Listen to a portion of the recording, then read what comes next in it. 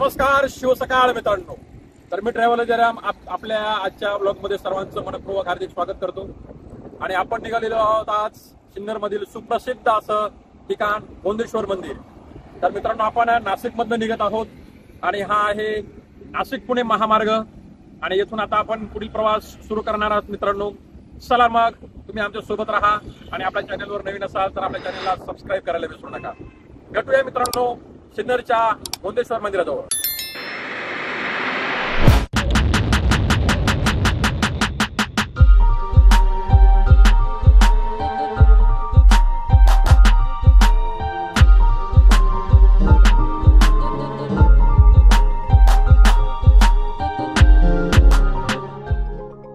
नाशिकहून 15 ते 17 किलोमीटर अंतरावरती शिंदेपळशे हे गाव लागतं आणि इथे आहे टोल. प्रत्येकी 35 रुपये टोल देऊन आपण पुढील मार्गाने मार्गस्थ होतो.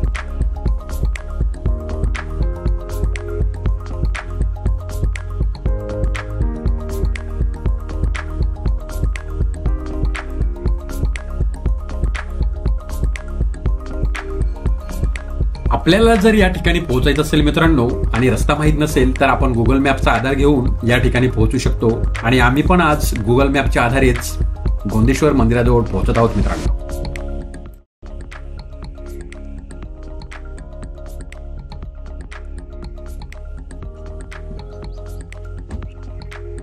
शिव सकाळ मित्रांनो, तर आपण पोहोचलेलो आहोत गोंदेश्वर शिव मंदिराच्या ठिकाणी.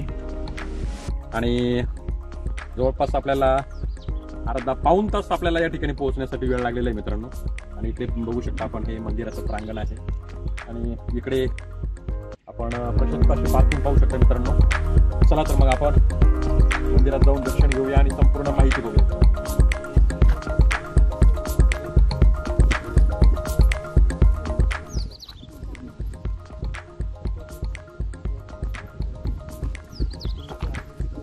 आपले वाहन पार्क केल्यानंतर सिन्नरच्या दिशेने असलेल्या दक्षिणेकडील प्रवेशद्वारामधून आपण आतमध्ये प्रवेश करतो. या ठिकाणी सुद्धा सुंदर रेखीव काम केलेले आपल्याला दिसते. आपण इथं बघू शकता 4 खांब आहेत एंट्रीला आणि त्यावरती देखील अतिशय सुंदर अशी कलाकुसर केलेली आपल्याला या ठिकाणी दिसते. आणि या ठिकाणी बघू शकता आपण भारतीय पुरातत्व विभाग आणि बैठक व्यवस्था देखील आपल्याला या ठिकाणी केलेली आहे. आणि खांबांवरील हे सुंदर नक्षीकाम आपण या ठिकाणी बघू शकता.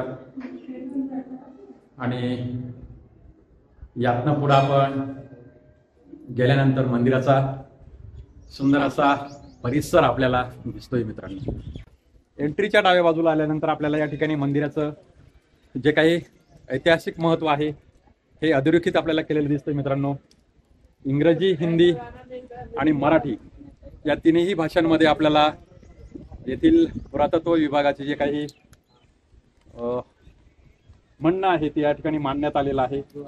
आणि या ठिकाणी आपण ते वाचू देखील शकता मित्रांनो. येथूनच पुढे आल्यानंतर आपल्याला अजूनही एक वास्तू बघायला मिळते मित्रांनो. आपण पाठीमागे बघू शकता. ही वास्तू मंदिराची देखभाल करण्यासाठी बनवण्यात आली असावी असा एक एकंदरीत अंदाज आपण करू शकतो मित्रांनो. ही धर्मशाळा असू शकते किंवा मंदिरातील जे काही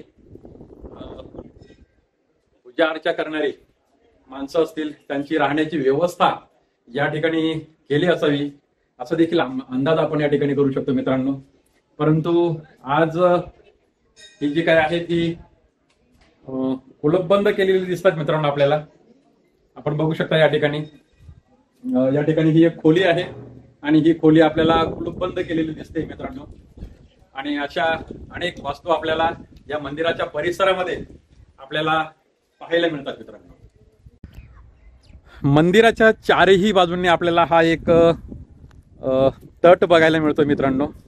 इथं तटबंदी केलेली आढळते मित्रांनो.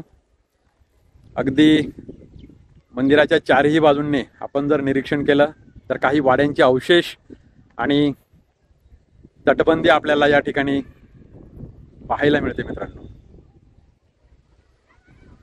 हे मंदिर यादवकालीन असून आजचा जर विचार केला तर सुमारे 1200 वर्षापूर्वीचं मंदिर आहे मित्रांनो. 12व्या शतकात यादवांचे सामंत राव गोविंद यांनी 2 लाख रुपये खर्च करून हे मंदिर बांधलं आहे असा उल्लेख आपल्याला काही ठिकाणी वाचावयास मिळतो. गोंदेश्वर हे शिवपंचायतन प्रकारातील महाराष्ट्रातील एकमेव मंदिर आहे मित्रांनो, ज्या ठिकाणी 5 दैवतांची मंदिरे आपल्याला बघावयास मिळतात. मध्यभागी स्वयंभू शिवलिंग आपल्याला याच ठिकाणी पाहायला मिळते.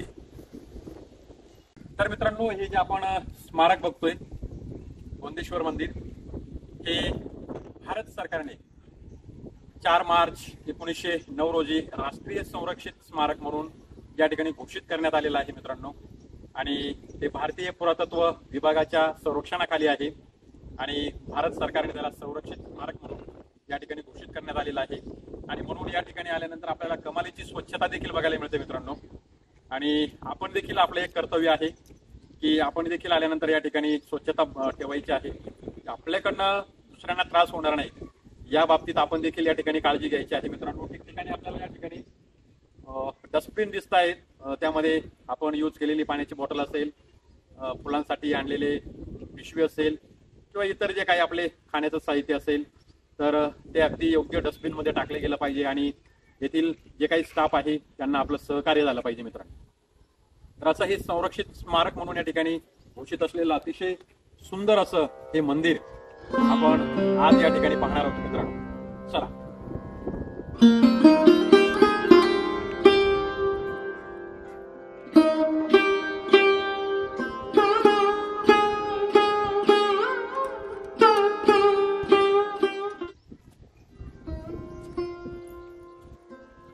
तर हे आहे मित्रांनो नैऋत्य दिशेचं असलेलं गणपतीचं मंदिर आणि त्याची रचना देखील आपण बघू शकता. इतर 4 मंदिरांप्रमाणेच याची देखील रचना करण्यात आलेली मित्रांनो. अतिशय गोलाकार घुमट आणि सुंदर असं फुलांचं नक्षीकाम केलेलं आपल्याला या ठिकाणी दिसतंय मित्रांनो. आणि येथील पण उंबरठ्यावर बघू शकता मित्रांनो आपण. येथील उंबरठ्यावरती आपल्याला कीर्तिमुख बघायला मिळतात मित्रांनो. सुंदर अशी ही कीर्तिमुख आपल्याला या ठिकाणी केलेली दिसतात आणि दोन्ही बाजूने आपल्याला नर्तक नर्तकी यांची सुंदर शिल्पे साकारलेली दिसतात मित्रांनो. आणि या ठिकाणी आपण बघू शकता सुंदर अशी छोटीशी गणपतीची मूर्ती देखील आपल्याला या ठिकाणी कोरलेली दिसते. सुंदर असं घुमटाकार आपल्याला हे जे काही काय म्हणतो आपण त्याला अंतरालय आहे मित्रांनो, हे अंतरालय आपल्याला बघायला मिळतं. आणि मध्ये आल्यानंतर छान अशी बाप्पांची मूर्ती आपल्याला या ठिकाणी बघायला मिळतात मित्रांनो. गणपती बाप्पा मोरया. बाप्पांना आवडतं ते फुल मित्रांनो. आपण जास्वंदीचं फुल घेऊन आलोय, बाप्पांना आवडतं मित्रांनो. ते बाप्पांना आपण वाहूया, बाप्पांची चरणी प्रार्थना करूया मित्रांनो की आपण लवकरात लवकर आपल्या चॅनलला सबस्क्राईब करा, लाईक करा आणि शेअर करायला विसरू नका मित्रांनो. चला पुढील मंदिरात आपण जाऊया आणि तिथे देखील आपण दर्शन घेऊया.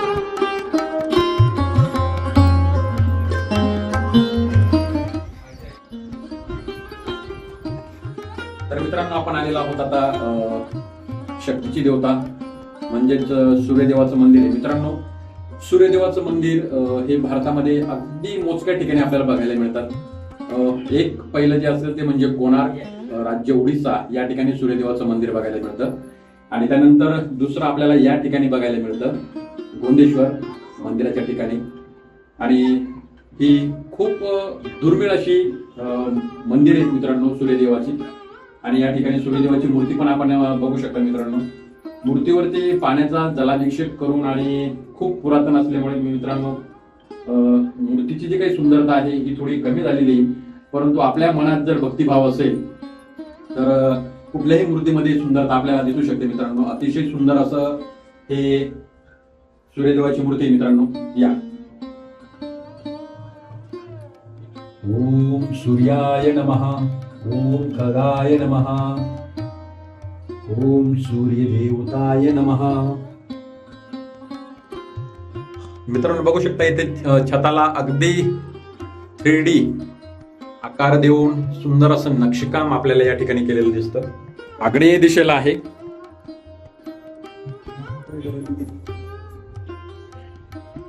येथील कमानीमध्ये देखील मित्रांनो सुंदर अशा फुलांची 3D डिझाईन आपल्याला बघायला मिळते मित्रांनो. अतिशय कलाकुसरने केलेलं हे काम आणि या बांधकामाचं वैशिष्ट्य देखील आपण मित्रांनो बघू शकता की कुठल्याही प्रकारच्या इतर वस्तू न वापरता अगदी एका दगडात दुसरा दगड फसवून बनवण्यात आलेली ही कलाकुसर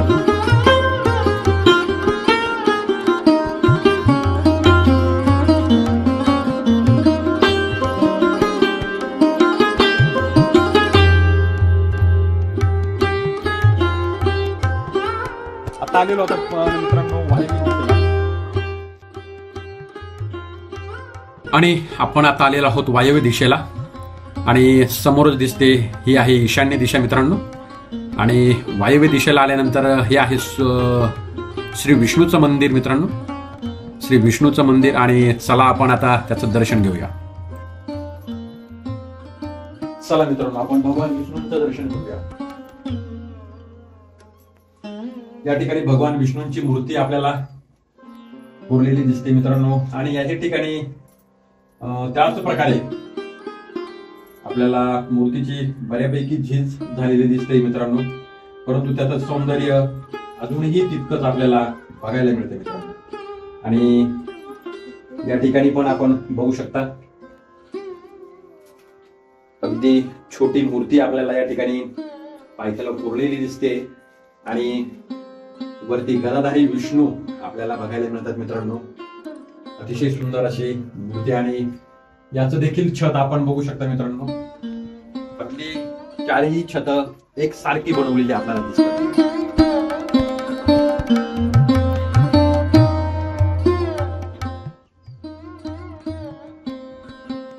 आणि याही ठिकाणी आपण बघू शकता मित्रांनो नर्तक नर्तकी आणि द्वारपाल द्वारपाली यांचं सुंदर असं आखीव रेखीव रेखाटन आपल्याला या ठिकाणी बघायला मिळतं मित्रांनो. आणि प्रत्येक दरवाजाच्या कमानीवरती आपल्याला सुंदर अशी बाप्पांची मूर्ती कोरलेली दिसते मित्रांनो. आणि या ठिकाणी आपण बघू शकता उंबरठ्यावरती कीर्तिमुख कोरलेले आहेत मित्रांनो. आणि दोन्ही बाजूला आपल्याला जी काही व्याला शरभ या शरभ यांची जे काही व्याला आहेत हे कोरलेले दिसत आहेत मित्रांनो. आणि आता आलो होतो आपण ईशान्य दिशेला आणि या ठिकाणी माता पार्वतीचं मंदिर आहे. चला आपण दर्शन घेऊ.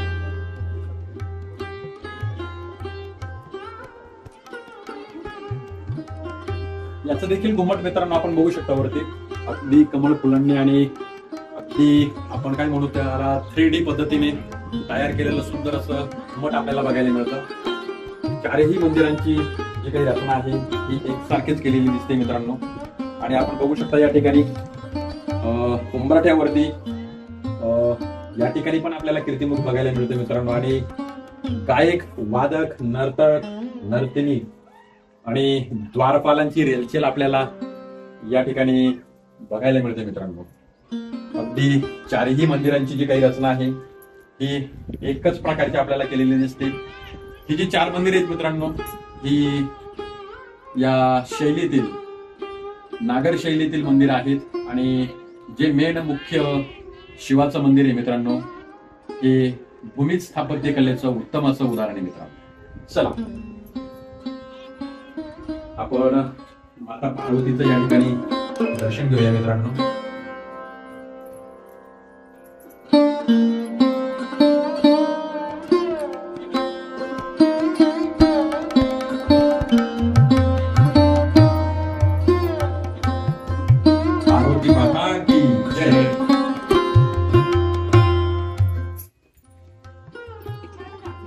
तर मित्रांनो हा आहे नंदी मंडप.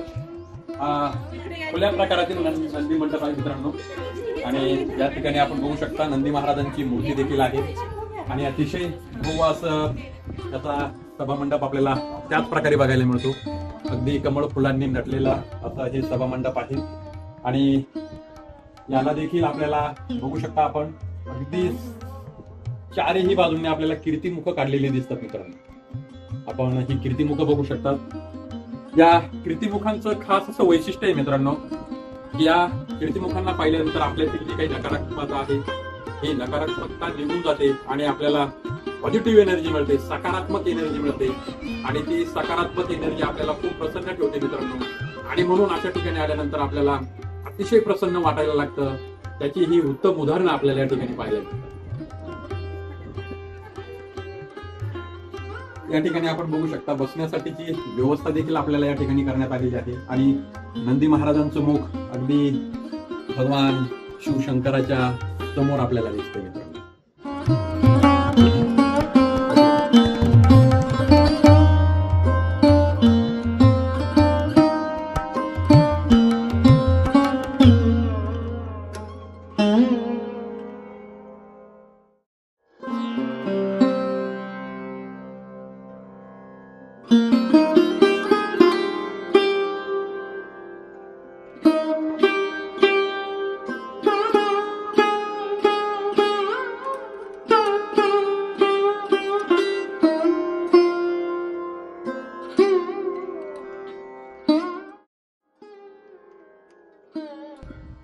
नंदी मंदिराच्या शेजारीच मित्रांनो आपल्याला अजूनही काही नंदींची सुंदर अशा मूर्त्या बघायला मिळतात मित्रांनो. परंतु अनेक स्थित्यंतरे झाली, अनेक आक्रमणं झाली आणि या आक्रमणांमध्ये आपल्याला इतिहास माहितच असेल मित्रांनो, या आक्रमणांमध्ये अशा धार्मिक स्थळांची खूप विटंबना करण्यात आली.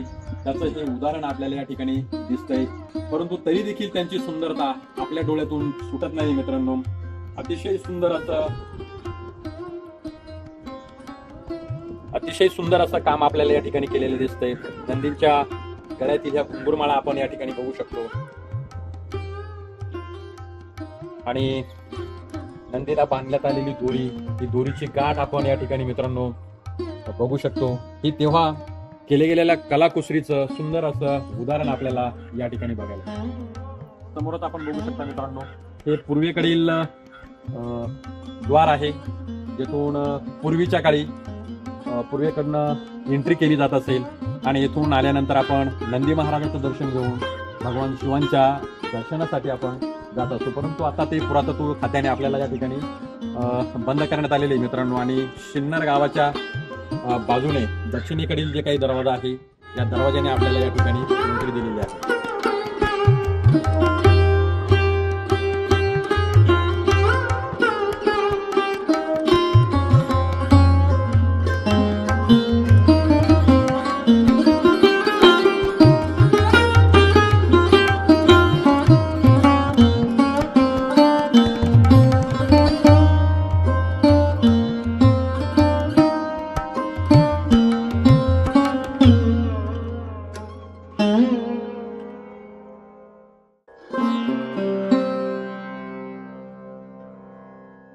तर मित्रांनो हा आहे स्वर्ग मंडप. आपण बघू शकता येथून आपल्या निळ्या आकाशाचं दर्शन आपल्याला या ठिकाणी होतंय मित्रांनो. आणि हा खुला स्वर्ग मंडप पाहिल्यानंतर आपल्याला मित्रांनो कोल्हापुरातील खिद्रापुराची आठवण येते. त्याही ठिकाणी आपल्याला याच प्रकारचा स्वर्ग मंडप पाहायला मिळतो मित्रांनो. अतिशय सुंदर असं त्याचं देखील आपल्याला बांधकाम केलेलं दिसतं मित्रांनो. आणि या ठिकाणी सुरसुंदरी जरी नसल्या तरीही सुंदर असं नक्षीकाम मात्र या ठिकाणी आपल्याला केलेलं दिसतंय. त्यांची जागा या नक्षीकामाने घेतलेली दिसते आणि ती भरून काढलेली दिसते मित्रांनो. आणि या स्वर्ग मंडपातून आपण वरती पाहिल्यानंतर जो अनुभव येतो मित्रांनो, हा अतिशय सुंदर करणारा असा अनुभव या ठिकाणी बघायचा.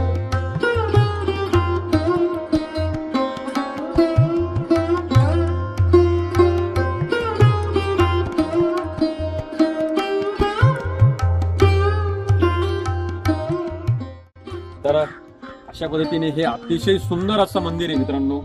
आपण जर याचे अगदी बारीक पद्धतीने निरीक्षण केलं तर आपल्याला याच्या छोट्या छोट्या खानाखुणा बघायला मिळतील. तेव्हाच्या जे काही स्थापत्यकला होती ही स्थापत्यकलेचं सुंदर असं उदाहरण आपल्याला या ठिकाणी बघायला मिळतं. मित्रांनो नुसतं मंदिर न पाहता आपण मंदिरातील जे काही कलाकुसर आहे त्यात दाखवलेले प्रसंग आहेत त्या प्रसंगांवरून आपण त्या काळातील जे काही वैभव आहे त्या वैभवाची कल्पना आपल्याला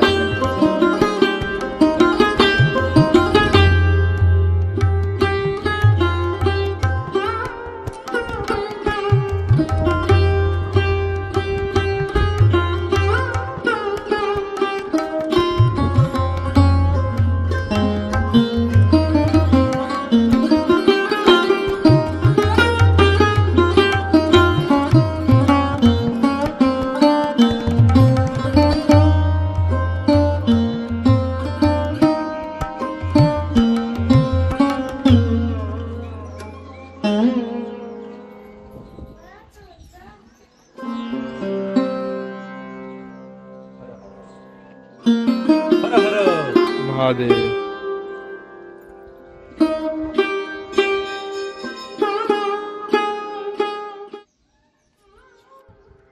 तर मित्रांनो, आपण मंदिर सर्व बाजूंनी पाहून झालेलं आहे.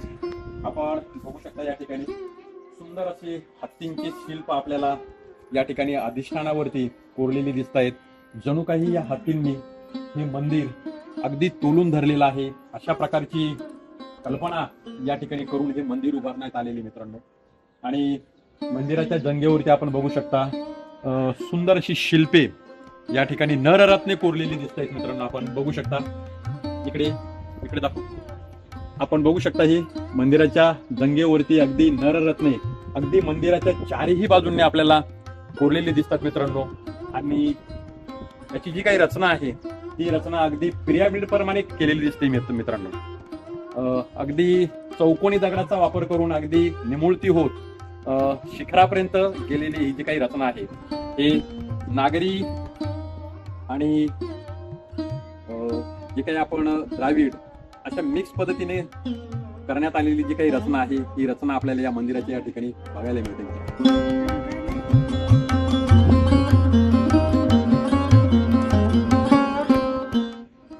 तर मित्रांनो, या मंदिराचं एक खास असं वैशिष्ट्य देखील सांगण्यात येतं मित्रांनो.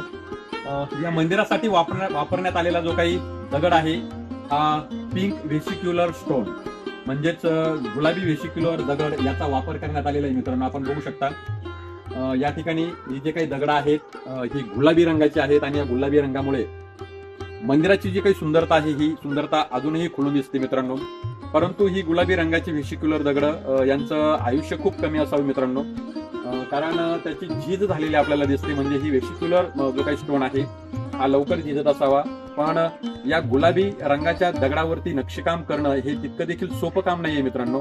जसं की आपण काळ्या किबिन्न पाषाणामध्ये मूर्तिकला पाहिलेली आहे, त्यामध्ये अगदी सहजगत्या आपल्याला मूर्तीवरती नक्षीकाम करता येतं. परंतु हे जे काही व्हेसिक्युलर दगड आहेत यांच्यावरती नक्षीकाम करणं हे अगदी कठीण काम आहे मित्रांनो. आणि या व्हेसिक्युलर दगडावरती हे नक्षीकाम असणारं दुर्मिळ असं मंदिर आपल्याला या ठिकाणी पाहायला मिळते मित्रांनो.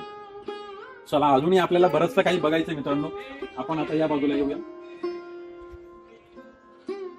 या ठिकाणी बघू शकता आपण सुंदर अशी नर्तकी आपल्याला दिसते आहे. आणि या ठिकाणी बघू शकता आपण हे उत्तरेकडील हा जो काही दरवाजा आहे हा उत्तरेकडील दरवाजा आपल्याला या ठिकाणी बघायला मिळतो मित्रांनो. मंदिराच्या प्रत्येक मुखमंडपामध्ये आपल्याला एकाच प्रकारचे नक्षी केलेली आढळते. कमळ फुलांनी सजवलेले हे 3D डिझाईन पाहून मन अगदी अचंबित होते. असे प्रत्येक दरवाजे सुंदर व्यालांनी आणि सुरसुंदरी नर्तक नर्तनी यांनी सजवलेले दिसून येतात. प्रवेशद्वाराच्या दोन्ही बाजूंना आपल्याला अशा सुंदर प्रकारच्या आखीव रेखीव कोरीव मूर्त्या बघायला मिळतात आणि या ठिकाणी आपल्याला भारवाहक देखील बघायला मिळतात.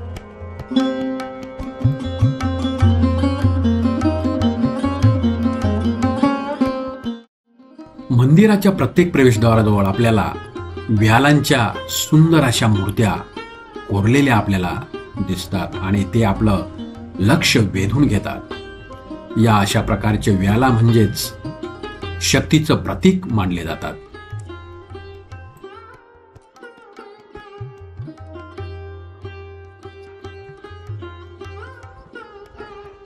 या मंदिराचं अजून एक खास वैशिष्ट्य आहे मित्रांनो. आपण या ठिकाणी बघू शकता हे आहे मकरमुख. शिवाच्या पिंडीवरती जो जलाभिषेक होतो, जो दुग्धाभिषेक होतो, त्यातून निघणारं जे काही जल आहे ते या मकरमुखातून आपल्याला इथं बाहेर काढण्याची योजना करण्यात आलेली आहे मित्रांनो.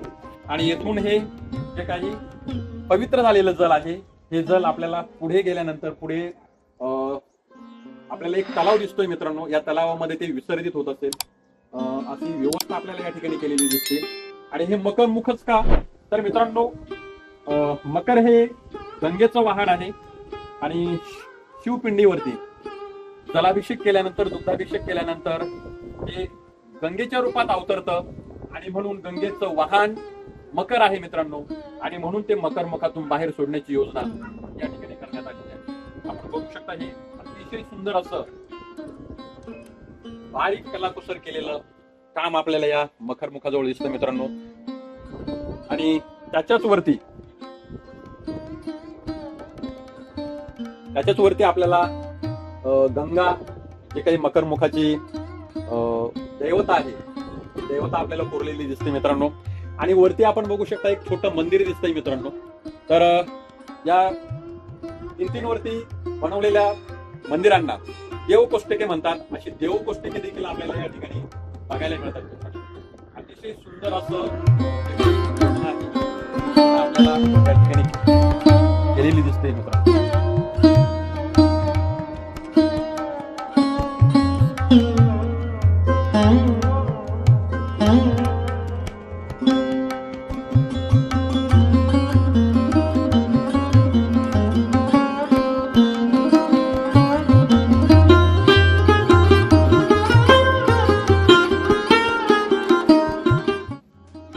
तर आपण आता सभा मंडपामध्ये आलेलो आहोत मित्रांनो. आणि या ठिकाणी बघू शकता आपण 4 खांबांवरती हा जो काही सभा मंडप आहे हा अंतराल आहे मित्रांनो. आणि मध्ये गर्भगृह आहे. आणि अतिशय सुंदर असं आखीव रेखीव असं नक्षीकाम केलेलं आपल्याला या खांबांवरती दिसतंय मित्रांनो.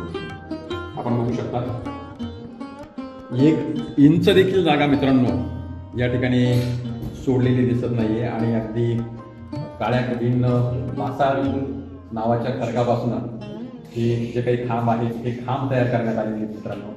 आणि आपण बघू शकता या ठिकाणी सुरसुंदरीचं सुंदर असं शिल्प आपल्याला या ठिकाणी कोरलेले दिसतात. आपण वरती जर पाहिलं मित्रांनो तर रामायणातील काही प्रसंग आपल्याला या ठिकाणी कोरलेले दिसतात. इकडच्या बाजूने बघा अगदी खांबांच्या चारही बाजूने आपल्याला सुंदर अशी कलाकुसर केलेली आपल्याला या ठिकाणी बघते. आणि काही शिल्पांची झीज झालेली असली मित्रांनो तरी देखील याची सुंदरता आपल्या डोळ्यातून सुटत नाही मित्रांनो. असे हे 4 खांब आहेत मित्रांनो. सर्व खांबांमध्ये आपल्याला नर्तकी सुरसुंदरी यांची शिल्प पाहायला मिळतात. अनेक प्रसंग आपल्याला या ठिकाणी कोरलेले दिसत आहेत. या स्तंभांवरती आपल्याला नृसिंह, ब्रह्मा, विष्णू यांचे सुंदर शिल्प कोरलेले आपल्याला दिसतात मित्रांनो. या ठिकाणी बघू शकता मित्रांनो आपण नर्तक आणि नर्तकी या ठिकाणी यांच्या हातातील वाद्य देखील आपण बघू शकता मित्रांनो.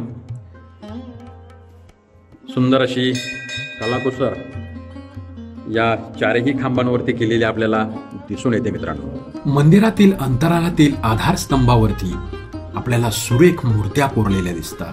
आणि हेच बघा ना या ठिकाणी सुंदर अशी प्रणय कथा साकारलेली आहे. आणि एक सुरसुंदरी ती पाहून लाजते आहे. अशा प्रकारच्या सुंदर असे दृश्य आपल्याला या ठिकाणी चित्रित केलेले दिसतात. शिवाचे वेगवेगळे अवतार आपल्याला या स्तंभांवरती कोरलेले दिसतात. भगवान शिवाच्या अनेक मूर्ती आपल्याला या ठिकाणी दिसतात.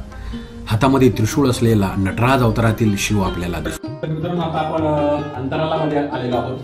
आणि या ठिकाणी पण आपण बघू शकता सुंदर असं वरती आपल्याला गोलाकार असं एक घुमट बघायला मिळते मित्रांनो. आणि याच्याही 4ही बाजूंना आपल्याला कीर्तिमुख बघायला मिळतात मित्रांनो. आपण बघू शकता. आणि ही कीर्तिमुख जी आहे ही कीर्तिमुख आपल्या मनातील नकारात्मकता बाहेर काढत असतात. आणि म्हणून ते या ठिकाणी कोरलेली असतात. आणि गर्भगृहात प्रवेश करण्यासाठी आपल्याला सुंदर अशी या ठिकाणी ही चौकट दिसते मित्रांनो. आणि यावरती आपल्याला अनेक देवी देवतांचे शिल्प बघायला मिळतात मित्रांनो. द्वारपाल आहेत, द्वारपालिका आहेत, नर्तक नर्तकी आपल्याला या ठिकाणी सुंदर असे कोरलेले दिसतात मित्रांनो. दोन्ही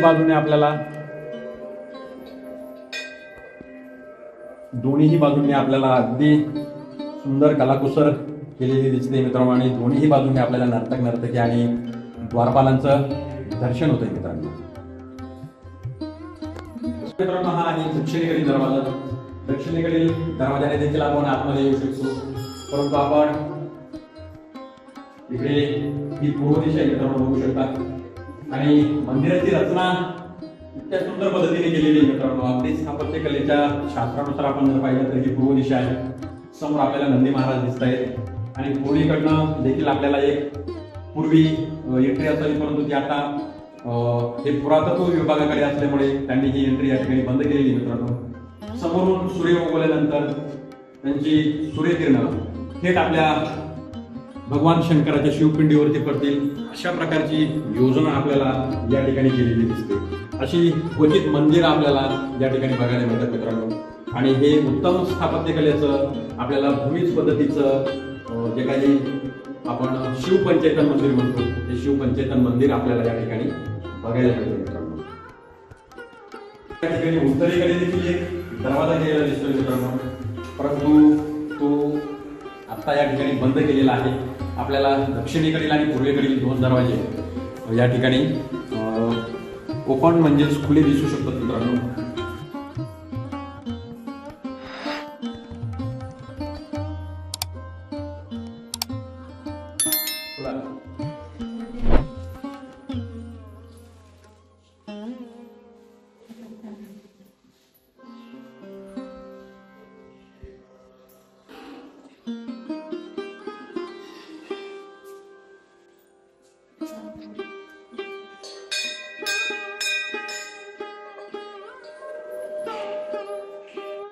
मित्रहो, या प्रकारची तुम्ही अनेक मंदिरे पाहिली असतील. अनेक मंदिरांवरती छोटं छोटं नक्षीकाम देखील तुम्ही पाहिलेलं असेल. पण या नक्षीकामांचा अर्थ कधी शोधून पाहिला? तर काही अभ्यासांतही आपल्याला असं कळलं मित्रांनो की राजांनी मंदिरांसाठी जितकं जास्त दान दिलेलं असतं तितकं जास्त नक्षीकाम अशा मंदिरांवरती केलेलं आपल्याला या ठिकाणी आढळतं. आणि म्हणूनच जितकं दान जास्त तितकं त्या मंदिरावरती सुंदर नक्षीकाम आणि मूर्तिकला आपल्याला या ठिकाणी बघायला मिळते. आणि अशी अंतरालामध्ये सुद्धा देवकोष्टकं आपल्याला या ठिकाणी बघायला मिळतात मित्रांनो. सुंदर असे हे नक्षीदार खांब आणि या खांबांवरती असलेलं सुंदर असं शिवाच्या वेगवेगळ्या रूपातील मूर्त्या पाहून आपण अचंबित होतो.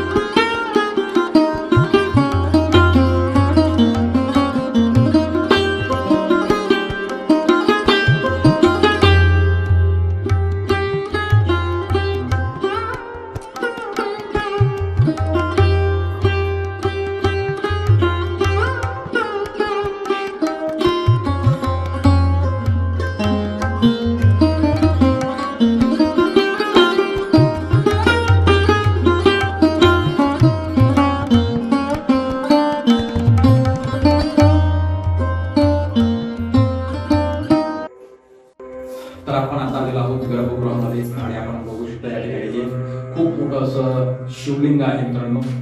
आणि यथाशक्ती आपण प्रभूंची या ठिकाणी सेवा केलेली. गंगेचं पाणी आपण शिवशंभूंना अर्पण केलेले मित्रांनो. आता आपण शिवशंभूंचा एक मंत्र म्हणूया आणि आपल्या व्हिडिओचा शेवट आपण या ठिकाणी करू मित्रांनो. ओम त्र्यंबकं यजामहे सुगंधिं पुष्टिवर्धनम् उर्वारुकमिव बन्धनान् मृत्युर्मोक्षीयमामृतात्. ओम त्र्यंबकं यजामहे सुगंधिं पुष्टिवर्धनम् उर्वारुकमिव बन्धनान्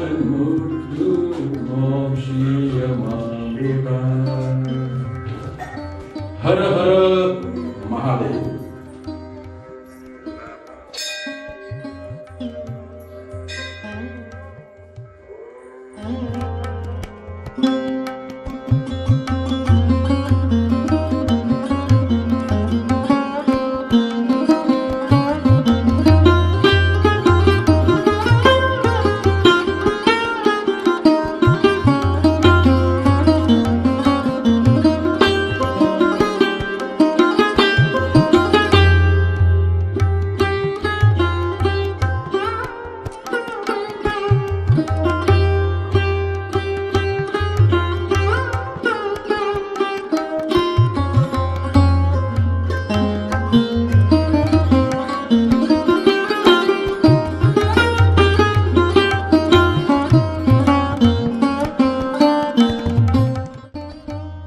तर मित्रांनो, या मंदिराचं बांधकाम 12व्या शतकामध्ये राजकुमार गोविंदराज यांनी केल्याचे काही पुरावे आपल्याला बघायला मिळतात. आणि त्यांचं नाव गोविंदेश्वर असं होतं, म्हणून या मंदिराला गोंदेश्वर असं नाव पडलं. मित्रांनो, गोविंदेश्वर याचा अपभ्रंश होऊन कालांतराने गोंदेश्वर असं या मंदिराचं नामकरण करण्यात आले. मित्रांनो, असं हे अतिशय सुंदर असं मंदिर आपण या ठिकाणी आज पाहिलेले आहे. मित्रांनो, तर या ठिकाणी तुम्ही कसं पोहोचाल? मित्रांनो, आपण पुण्याकडनं येत असाल तर 138 किलोमीटर अंतर सिन्नरचं आहे. आणि सिन्नरपासून अवघ्या 1.5 ते 2 किलोमीटर मध्ये आल्यानंतर आपल्याला हे गोंदेश्वराचं मंदिर बघायला मिळतं. आणि नाशिकपासून अवघ्या 30 ते 35 किलोमीटर अंतरावरती गोंदेश्वर हे मंदिर आहे. मित्रांनो, आणि इथे आल्यानंतर हा परिसर पाहिल्यानंतर अतिशय मन सुखद होतं. मित्रांनो, तर तुम्हाला आजचा हा ब्लॉग कसा वाटला हे कमेंटमध्ये लिहायला विसरू नका आणि आपल्या चॅनलला सबस्क्राईब करायला विसरू नका. पुन्हा भेटूया मित्रांनो असाच एका नवीन माहितीसह नवीन व्हिडिओमध्ये. तोपर्यंत राम राम, ओम नमः शिवाय.